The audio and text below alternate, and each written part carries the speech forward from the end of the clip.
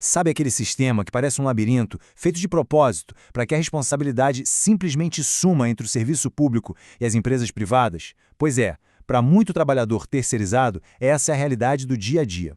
Hoje, a gente vai mergulhar nisso para entender como é que se pode transformar a maior falha desse sistema, que é o silêncio dele, na prova mais forte que alguém pode ter em mãos. E a frase que mais se ouve nesse labirinto é essa aí: a culpa não é nossa.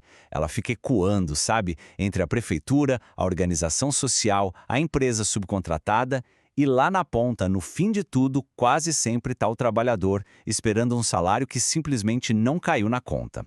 Olha, antes de sair procurando uma solução, a gente precisa entender bem qual é a natureza do problema. E vamos combinar, o que a gente tem aqui não é um errinho administrativo, um deslize. É uma característica quase que intencional de um sistema bem complexo, principalmente em áreas que são essenciais, como a saúde, por exemplo.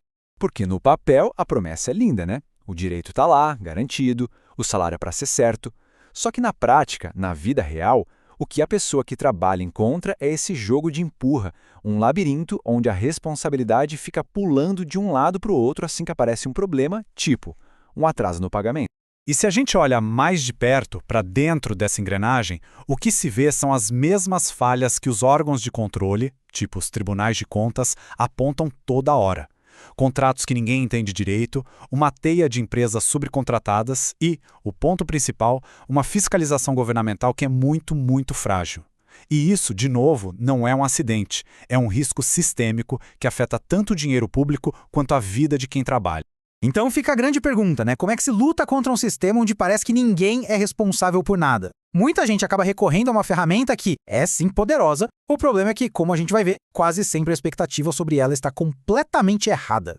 E essa ferramenta é a Lei de Acesso à Informação, a famosa LA. Então vamos lá.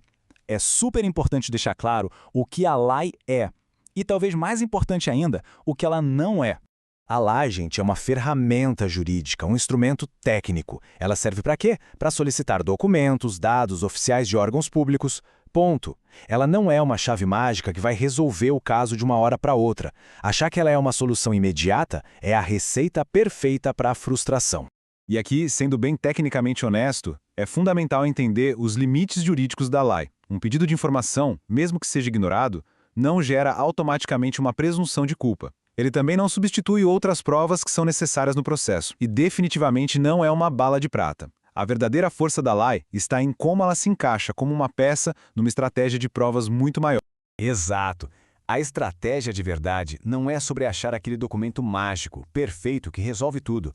É sobre montar um quebra-cabeça, construir, peça por peça, metodicamente, um conjunto de provas ao longo do tempo. E como funciona essa abordagem na prática? Bom, é um processo. Tudo começa com um problema inicial, digamos, o salário atrasado. A partir daí, se protocola um pedido formal via LAI, pedindo documentos específicos. O contrato, os relatórios de fiscalização, por exemplo. E aí vem o pulo do gato. Documentar a resposta oficial, ou a falta de resposta. Isso se torna mais uma peça do quebra-cabeça, e quando combinada com outras provas, vai construindo o caso jurídico. É exatamente assim que a omissão do poder público deixa de ser um beco sem saída e se transforma num argumento a seu favor. E essa coleta de documentos é absolutamente crucial. Por quê? Porque tem uma decisão do Supremo Tribunal Federal, o STF, que basicamente desenha o caminho. Ela diz que o trabalhador precisa provar a falha do poder público na fiscalização para que ele seja responsabilizado. Sem essa prova, não tem caso. E a LAI, veja só, é um dos caminhos mais diretos para conseguir essa prova.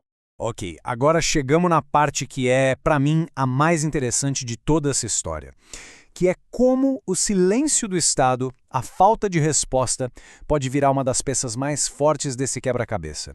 Sabe aquela voz interior que diz, mas eles não vão responder? Então, essa voz provavelmente está certa. Muita gente pensa isso. Só que, e aqui está o ponto, isso não é um beco sem saída. Muito pelo contrário. Esse silêncio tem consequências jurídicas muito específicas, e é exatamente aí que a estratégia de verdade começa a funcionar. Legalmente falando, esse silêncio tem nome e consequência. Se o Estado simplesmente não responde, se omite, isso é uma infração administrativa. Se ele dá uma resposta genérica só para dizer que respondeu, para órgãos como o Ministério Público, isso já é um indício de que tem algo errado ali. E se ele atrasa de propósito? Isso reforça a tese de negligência, de falta de fiscalização. Em todos esses cenários, o silêncio vira um fato documentado, um fato contra o próprio órgão público.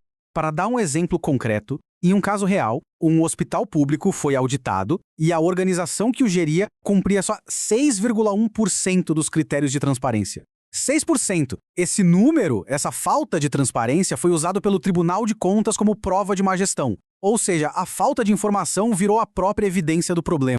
Mas e se eles responderem? E se, depois de tudo, uma resposta formal finalmente chegar? Pois é, às vezes essa resposta pode ser a prova mais forte de todas. Imagina receber uma resposta oficial dizendo algo como: informamos que a responsabilidade pela fiscalização dos pagamentos é da empresa contratada, conforme a cláusula tal do contrato. Uma resposta assim, que joga a responsabilidade para outro, vale ouro. Ela precisa ser guardada, documentada, porque ela funciona como uma admissão formal da falha em fiscalizar. É a famosa culpa in vigilando, a culpa por não ter vigiado, entregue de bandeja. E isso é brilhante, porque mostra como as palavras da própria burocracia podem ser usadas contra ela. O sistema, na tentativa de se defender, de tirar o corpo fora, acaba produzindo a prova da sua própria falha. Funciona como uma confissão administrativa, sabe? Então, o ponto-chave aqui é o seguinte: em situações onde existe uma assimetria de poder muito grande como essa, a documentação cuidadosa, meticulosa, é a ferramenta número 1 para tentar equilibrar o jogo. É preciso documentar tudo: o protocolo do pedido de LAI, a data, quando o prazo expirou, qualquer resposta vaga que tenha chegado e, claro, a prova de que não respondeu. E se no final das contas o silêncio do setor público for, na verdade, a prova mais eloquente que se pode encontrar, porque no fundo essa estratégia toda muda o significado daquele silêncio frustrante da burocracia. Ele deixa de ser um obstáculo e passa a ser uma mensagem. E essa mensagem, quando é bem documentada, pode ser ouvida alto e claro num processo judicial. Afinal, para um sistema que se esconde na mudez, talvez a prova mais forte seja mesmo o som do silêncio.